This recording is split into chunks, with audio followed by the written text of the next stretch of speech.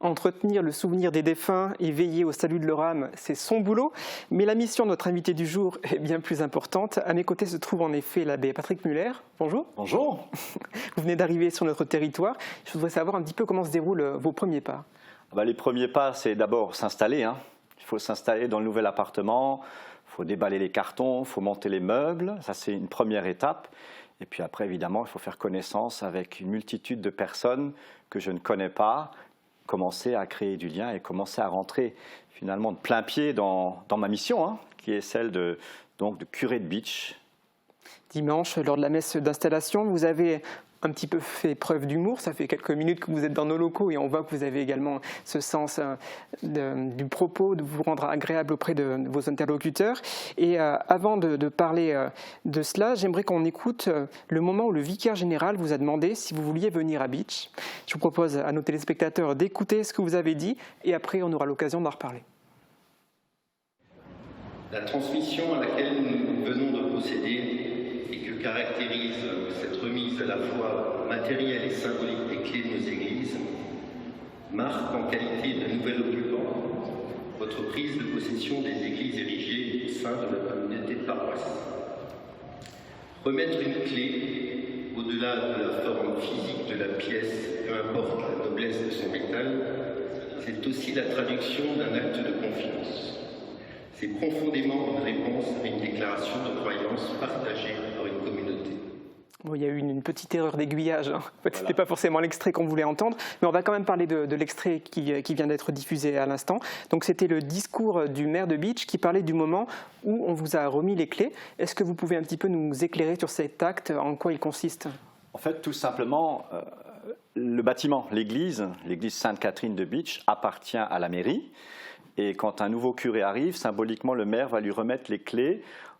Et ce symbole signifie simplement que le curé en devient, dans un terme technique, l'affectataire. C'est-à-dire que le curé, avec son équipe qu'on appelle le conseil de fabrique, ont mandat pour gérer le bâtiment.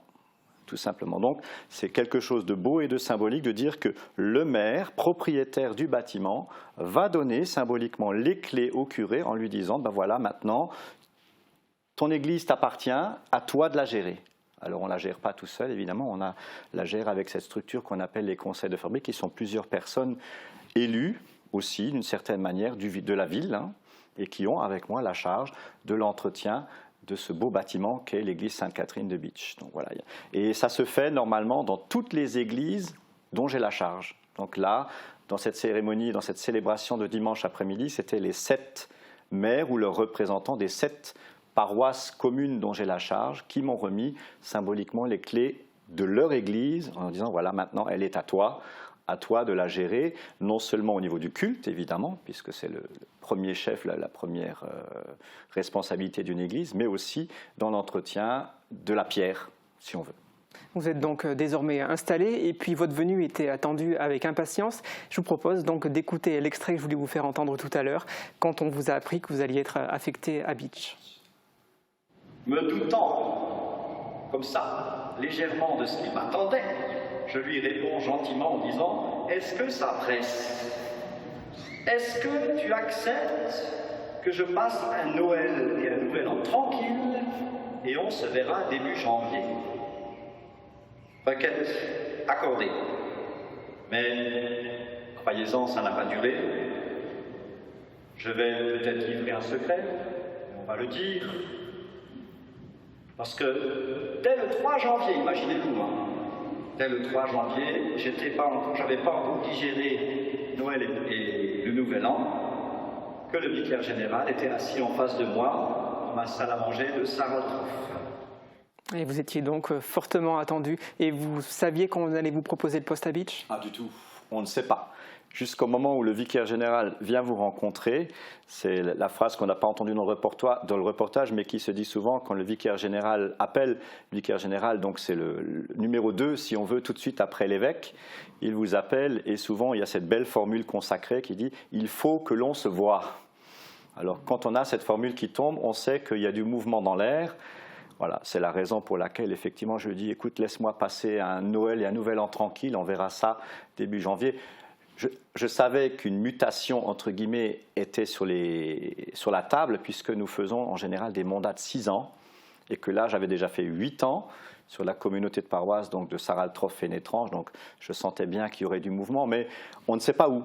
C'est lui qui vient vous voir, et c'est lui qui vous dit, voilà, l'évêque te propose, te nomme, en l'occurrence, curé archiprêtre de Bitche. Et aussi précipitamment, c'est parce qu'il avait une crainte que le poste ne soit pas pourvu? Non, ça fait partie si on veut, des mutations annuelles. Hein, comme je disais, donc on a des mandats de 6 ans. Donc à l'évêché, si vous voulez, quand on arrive en 5e année, on clignote rouge dans l'ordinateur. Bien sûr, c'est pour rire, hein, mais on clignote rouge. Et puis le conseil des nominations sait que un tel est susceptible d'être muté, entre guillemets, dans le département. Hein, puisque nous ne sortons pas du département de la Moselle, on est mutable partout dans le département, et avec ça, ils voient des profils qui pourraient correspondre à tel ou tel poste. Voilà, c'est un petit jeu de... On a un homme, on a un prêtre avec un profil particulier, on a un poste, on va chercher le personnage qui pourrait correspondre au poste qui lui est proposé. Et en l'occurrence, est-ce que c'est le cas? Est-ce que ça match entre vous et la communauté de paroisse? Écoutez, comme me l'a dit le vicaire général lorsqu'il était assis en face de moi au presbytère de Saraltroff, ça coche toutes les cases.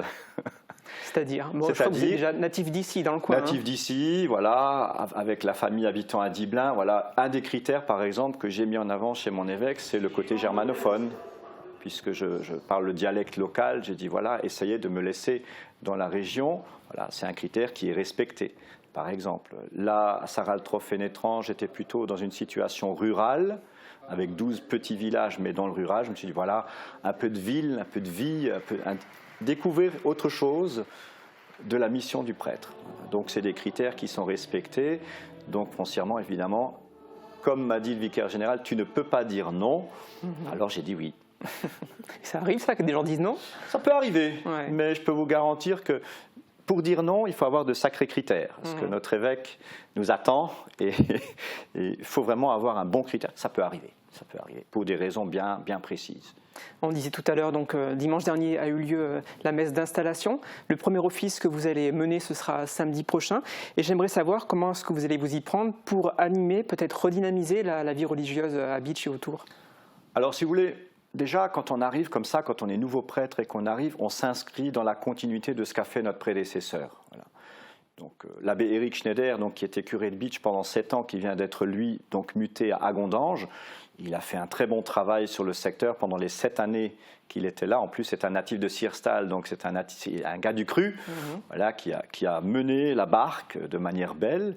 Donc, la première des choses, c'est déjà de s'inscrire dans ce que le prédécesseur a fait, de prendre le temps d'écouter, de regarder, de voir. C'est la première étape. Ensuite, on y met sa touche personnelle. On va dire que la touche Patrick Muller, elle va commencer à arriver dans 6 mois, 1 an.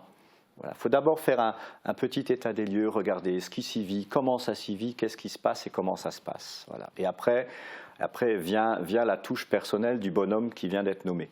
Et justement, qu'est-ce que vous allez essayer d'apporter, vous? Ça, c'est la grande question. Là, vous me posez une question piège. Voilà. C'est difficile à dire aujourd'hui. Il faut vraiment faire un état des lieux. Comme vous l'avez signalé tout à l'heure, j'ai ce côté humour que j'apporte beaucoup. Voilà, il faut vivre les choses. Hein. Il y a la fameuse expression « un saint triste est un triste saint » qu'on connaît bien. Voilà, il faut que la relation au Christ, la relation entre nous, parce que quand on est croyant, quand on est chrétien, quand on est catholique, l'essentiel, c'est la vie communautaire, c'est l'être ensemble. Et cet être ensemble, il est important. Il faut que les gens se côtoient, il faut que les gens s'entraident, il faut que les gens soient bien ensemble. Ça, c'est très important. Et ça, c'est peut-être un premier challenge. Voilà. Faire que l'homme, l'être humain, travaille ensemble.